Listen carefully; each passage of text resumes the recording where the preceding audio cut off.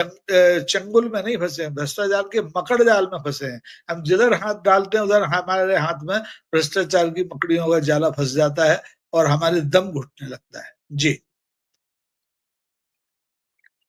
प्रफुल्ल जी, बड़ी अच्छी बात कही अचल जी ने। मैं अगर एक शब्द कहूं बेसिकली चंद लोगों को छोड़कर, कि हमारा समाज मूलतः एक बेईमान समाज है, तो वो लोगों को बुरा लग जाएगा, कहेंगे आप हमें, हम हिंदुस्तानियों को बेईमान बोल रहे हो। लेकिन मुसीबत ये है कि ईमानदार तो मिलता ही नहीं ना कहीं पर।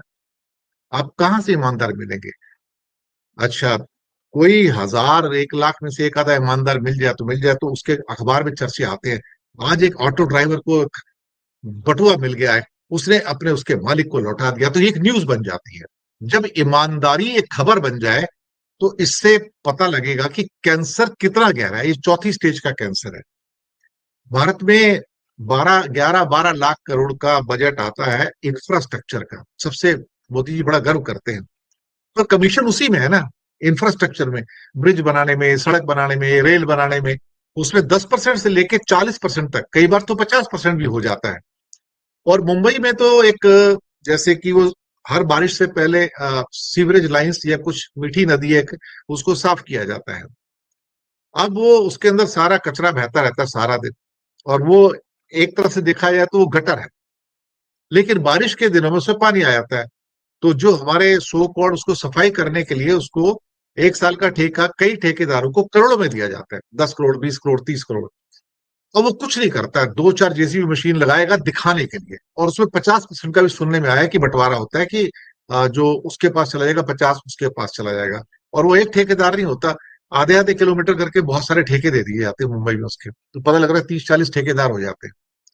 और फिर उनको पता है बारिश आएगी, तेज पानी आएगा, वो बह के समुद्र में चला जाएगा, तो कचरा जो अंदर पड़ा वो ऑटोमेटिकली निकल जाएगा, हमें कुछ करने की जरूरत नहीं, हम क्लेम कर लेंगे। और अगर ब्लैक लिस्टेड हो गए तो अगले दिन मैं और नई कंपनी खोल लूंगा। पहले एबीसी थी, अगले दिन मैं ही वहां जाऊंगा और एक XYZ के नाम से कंपनी खोल लूंगा। That is what's happening all over India, it's happening sir, ऐसी बात नहीं। अच्छा, बेईमानी कोई ऐसा थोड़ी कि इन्हीं के पास है। आप पेट्रोल पंप पे जाओ, वो सारे बेईमान करते हैं। कौन कौन सा पेट्रोल पंप है जो बेईमानी नहीं करता सर? जो आपको या तो कम पेट्रोल डालेगा, या ज्यादा पैसे लेगा, या कुछ भी करेगा। तो हमारी तो रग रग में, मतलब समाज ही मूलतः बेईमान हो गया है। यहाँ तो ईमानदारी ढूंढना मुश्किल है। ईमानदार के नाम पे गांधी ढूंढते हैं, और गांधी की समाधि बनी हो बेचारे की, वो तो चले गए ऊपर। जो बचे हैं अब तो सारे बेईमान ही हैं। तो कभी कभी सोचते हैं कि कितने लोग बचे हैं ऐसे जो ईमानदार होंगे, और जो हैं वो चंद लोग हैं सर। और चंद लोगों से बात बनती नहीं सर देश की। बिल्कुल जी। सर अनम्यूट कर लीजिए, अनम्यूट कर लीजिए। सर नमस्कार। आप सभी को, दर्शकों को भी। ये एक ऐसा संवेदनशील मुद्दा है जिस पर बोलना भी मुश्किल है, और न बोलना तो उससे ज्यादा मुश्किल है। ऐसा इसलिए है कि जब आप और हम इसकी चर्चा करते हैं तो हम इसके शिकार जरूर हुए रहते हैं। बहुत कम ऐसे लोग हैं, बहुत रेयर, जिन्होंने जिंदगी में कभी घूस न दिया हो, या घूस लेने का अवसर जिनको न मिला हो, अगर वो पद पर हैं तो। व्यक्तिगत बातचीत करना तो कोई मतलब नहीं रखता है, लेकिन मेरा अनुभव इस मामले में बहुत क्लियर है कि भ्रष्टाचार, आपकी बात से पूरी तरह औसतन सहमत हूं कि भ्रष्टाचार तो रगों रगों में समाया हुआ है। दोची तकनीकी बात, जैसे बख्शिश और नजराना की बात है, और भी बहुत सारे इसके रूप हैं। दो पर जरा बात कर लेता हूं। बख्शिश हमेशा ऊपर से नीचे की ओर आता है। जो सत्ता वाले लोग हैं, जो बड़े लोग हैं, जैसे मालिक नौकर को देता है बख्शिश, तो ये इसका अर्थ होता है कि, और ये जिस संस्कृति से आया हुआ शब्द है, उस संस्कृति में ये माना जाता है कि अल्लाह ने सबको समान ही बनाया, हमें कुछ अतिरिक्त सहूलियतें दी, जिसके कारण हमारे किसी आचरण से अगर तुम्हारी शान में कभी कोई गुस्ताखी हो गई हो तो इस पाक मौके पर मुझे बख्श देना, वो मेरी गलती रही होगी। और उसके लिए वो अपनी मुक्ति का मुआवजा देते हैं, और उससे अपनी मुक्ति खरीदते हैं, बख्शिश देते हैं, बख्श देने की मांग करते हैं। और नजराना हमेशा नीचे से ऊपर की तरफ जाता है। हम बड़े लोगों को नजराना देते हैं, साहब आए तो उनको डोली, ये दलिया नजराना, ये सब देते हैं। ये लेन देन समाज में चलता रहता है। लेकिन हम जिस भ्रष्टाचार की बात बता रहे हैं, ये भ्रष्टाचार आज एक राजकीय प्रवृत्ति है।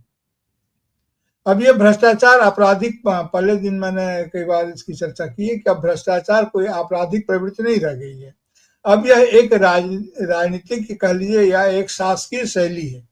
आपने ठीक ही चाणक्य का नाम लिया। उन्होंने कहा था, अर्थशास्त्र में कहा था कि मछली में रहते हुए पानी में रहते हुए मछली कब पानी पी लेती है, इसकी निगरानी बहुत मुश्किल है। और उसी तरह से जो सरकारी कर्मचारी होते हैं, जो खजाने पर बैठते हैं, वो कब घूस खा लेते हैं, इसकी निगरानी करना मुश्किल है। अब पूरा का पूरा तंत्र के छोटे छोटे रूप है। आपने कुछ गिनाए साफ करने के। मैं जानता हूं कि कमला बलान में किस प्रकार से बाढ़ के पहले ही कुछ बोरे खरीद के ठेकेदार रख लेते थे, और बाढ़ जाने के बाद उसको वहां छितरा देते थे और कहते थे कि बाढ़ में सब बह गया, अब ये बचा है। अगर पहले डाल देंगे तो बाढ़ सचमुच में बहा के ले जाएगी, तो सबूत नहीं बचेगा। गंगा सफाई योजना में कौन कंपनियां लगी हुई है और कितना पैसा खाया, अभी भी खा रहे हैं। जो गटर साफ पानी गंगा में जाए, इसके लिए। तो भ्रष्टाचार तो आप बिल्कुल ठीक कह रहे हैं। लेकिन आपने जिस कंस्ट्रक्शन का, इस ऑर्गेनाइज सेक्टर की बात कही है, और वो चल रहा है, अब इसको खुलेआम कहा जा रहा है, लोग भी ये जान जाएं। और मजे की बात यह है कि जो लोग चार्टर की बात बोल रहे, सिटीजन चार्टर की बात कह रहे थे कि अगर हमको देना हो तो अगर मान लीजिए कि हमको ड्राइविंग लाइसेंस अगर पहले लेनी हो तो हमको अतिरिक्त इतना देना होगा, इसको डिस्प्ले करना चाहिए। हमको कोई चीज चाहिए, अभी चाहिए, जल्दबाजी है, तो हम उसको जल्दी चाहते हैं तो बोलेगा लाइन से आइए, आप पैसा देंगे तो पहले हो जाएगा। तो अन्ना आंदोलन के समय में भी चार्टर, जो सिटीजन चार्टर है, उसके बात काफी की गई थी कि इस प्रकार का अगर हमको 15 दिन में लाइसेंस चाहिए, 10 दिन में लाइसेंस चाहिए, तो इतना पैसा हमको देना होगा, यानी कि सुविधा शुल्क, सेवा शुल्क अदा करना होगा। बाकायदा इसका नाम चल गया था, यानी कि औपचारिक घोषणा। अब अगर यह जो जाता है भ्रष्टाचार का, यह जो पैसा है, ये राजकीय कोष में नहीं जाता है। अगर मान लीजिए कि अगर राजकीय कोष में जाता है, अगर सरकार चार्ज करती है, तो दूसरा तो फी हो गया, और वो घुमा फिरा के फिर पब्लिक फंड में ही रहता है, पब्लिक के पास ही लौट के आता है। ये पूरा का पूरा जिसको सत्ता संभालने के लिए दिया, उन्होंने इसका अपना ये बना लिया। और ये कई बार शुरू होता है विवेकाधिकार से शुरू होता है। अब जहां से हम मुक्ति की मांग करते हैं, चाह करते हैं, आप छोड़िए, मंदिर में होता है, रास्ते में होता है। सबसे बड़ा करप्शन तो आपको ट्रैफिक में होता है। जितनी गाड़ियां जाती हैं आती हैं, वो सबसे पैसा लिया जाता है। और ये इसका आदर्श नमूना है। मैं नहीं चाह रहा था कि अपने अनुभव कुछ बताऊं, लेकिन फिर भी एक अनुभव तो बताना क्या मोह हो रहा है। एक बार मैं गया आपको एक तीर्थ स्थान, और तीर्थ स्थान में गया, जो दक्षिण भारत और उत्तर भारत के बीच का वह तीर्थ स्थान है।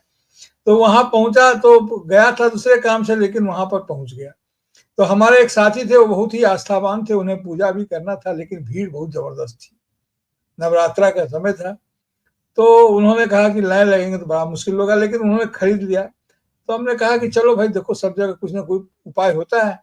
तो वहां लाइन न लग करके मंदिर के आसपास चारों तरफ घुर फिर कर रहे थे।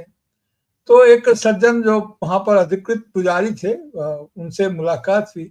तो उन्होंने कहा कि क्या बात है। मैंने कहा कि जल्दबाजी में है ये हम लोग, और थोड़ा सा कुछ मदद कीजिए। तो उन्होंने उस जमाने में कहा था कि 50 रुपया लगेगा। तो मैंने साथी को कहा कि दे दोगे तो दे दो, ये चढ़ा देंगे। तो वो हो गया, तैयार हो गया, डील हो गया। वो लेकर के जो है सो उसको चढ़ाने के लिए गया। उधर से घूम के जब आया तो घेरे के भीतर ही था, ग्रिल था। तो मैंने कहा इसको 5 रुपया दे दो। तो 5 रुपया जब उसको दिया जाने लगा तो बहुत जोर से गुस्सा हुआ कि धर्म में स्थान में आकर के ईश्वर के सामने आके पाप करते हो। बोले अरे भैया, जिस ईश्वर के सानिध्य में दिन रात रहते हो, तुमने ये व्यवस्था की, तुमने पाप नहीं किया और ये पाप कर रहा है। थोड़ा सा हम लोगों में कहा सुनी होने लगी, तब तक पुलिस टपक गया बीच में। तो पुलिस ने कहा क्या हुआ। हमने कहा कुछ नहीं हुआ सर, ये हमारे गांव का है, गांव से भाग के आया है, यहाँ पर बाल बच्चों को पैसा नहीं भेजता है, इसीलिए मैं इसको जरा डांट पिला रहा हूँ। ठीक है, यहाँ पर फिर मत कीजिए, जाइए उधर जाइए।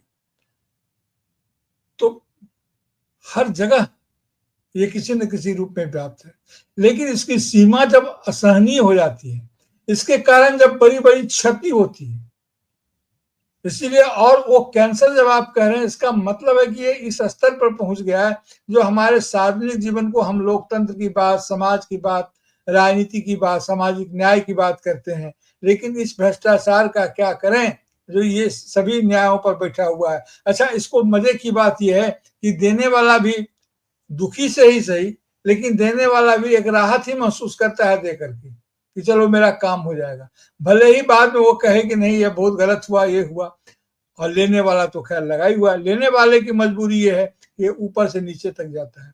हमारे जब मैं बचपन था, मैंने कम किशोरावस्था में था, तो एक साहब थे, वो पंजाब के थे और बड़े ईमानदार के रूप में वो ख्यात थे, और उनके बारे में कहा जाता था, वो सभी से बात करते थे, बच्चों से ही बात करते थे, बड़े ईमानदार थे। कुछ दिन के बाद जब उनका और ऊंचा प्रमोशन हो गया, तो जब उनको बिल पास करने का अथॉरिटी आ गया डायरेक्ट, तो वे बड़े बदनाम हुए। कहा गया कि ये बहुत घूस लेता है, अब बहुत घूस लेते हैं, पहले इतने ईमानदार थे, मैं नाम नहीं लूंगा।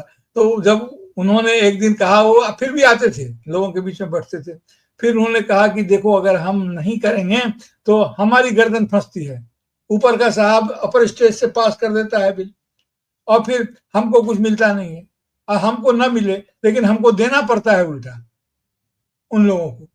तो उनकी अपनी एक मजबूरी है कि उनको, अगर आप उस चैनल में, मैंने एक ऐसे अफसर को देखा है सर कि एक गवर्नमेंट ऑफिस में थे, स्टेट गवर्नमेंट के ऑफिस में थे, और वहां से वो रिजाइन करके चला आया और बहुत कमतर नौकरी में करने के लिए आ गया, बहुत लोअर स्केल पर आकर के उसने नौकरी ज्वाइन की। मैंने उनसे पूछा कि भाई साहब आप तो बड़े अच्छी जगह पर थे, तो कहे आप रिजाइन करके चले आए? बोले वहां जान फंसी हुई थी और हमेशा ये डर लगा रहता था कि वहां पर एक थप्पड़ मारो, एक थप्पड़ लो, असूलो दो, यहाँ पहुंचाओ, वहां तो मैं नौकर नहीं गुलाम हो गया था, मेरी जान चली जाती, मैं इस जिंदगी के लिए मैंने पढ़ाई नहीं की थी, तो इसलिए मैं यहाँ आ गया कि कम से कम यहाँ पर ये सब धंधाबाजी नहीं है, मेरा स्केल कम रहेगा, मेरी तनख्वाह कम रहेगी, लेकिन मन में एक शांति रहेगी। आज से 25 साल पहले की बात, 30 साल पहले की बात। तो अब नाम और कंपनियों के नाम और संस्थाओं के नाम क्या बताऊं, आप बेहतर जानते हैं कि ये जो लुब्रिकेटिंग मनी जो है, जो रास्ते को और ये कराता है, सहज बनाता है, इसको एक ऐसा मामला है जिसको हम अपने टर्म से पहले, अपने हक से पहले, अपने अधिकार से ज्यादा हासिल करना चाहते हैं, एक्सप्रेशन ऑफ पावर, ये जो है। और जो बड़े बड़े अधिकारी हैं, आपको क्या आश्चर्य होगा, आप तो जानते ही होंगे, मुझे खुद आश्चर्य हुआ था जब मैंने एक सचिवालय में एक बीडीओ साहब को एक लोअर डिवीजन क्लर्क के पास गिड़गिड़ाते हुए देखा, और वो नए नए हुए थे और वो कुछ पैसा छुपा के दे रहे थे, तो उसने डांट कर क्या कहा, lower division clerk LDC BDO साहब को कमीशन पास करके आए थे, इतना शर्मा के क्या दे रहे हैं जी, कोई चोरी कर रहे हैं का? 20 सचिवालय में कहा था, रहे गिनो रे कितना है, लोग परसेंटेज रेट दिया है ना, लोग कैलकुलेटर से जोड़ लेते हैं। तो अब ये तो है, इसलिए मैं भी अक्सर कहता हूं, महसूस कीजिएगा, पद में ताकत नहीं होती है, ताकत होती है पद को जो भार दिया जाता है, उसमें पदभार में ताकत होती है। और भ्रष्टाचार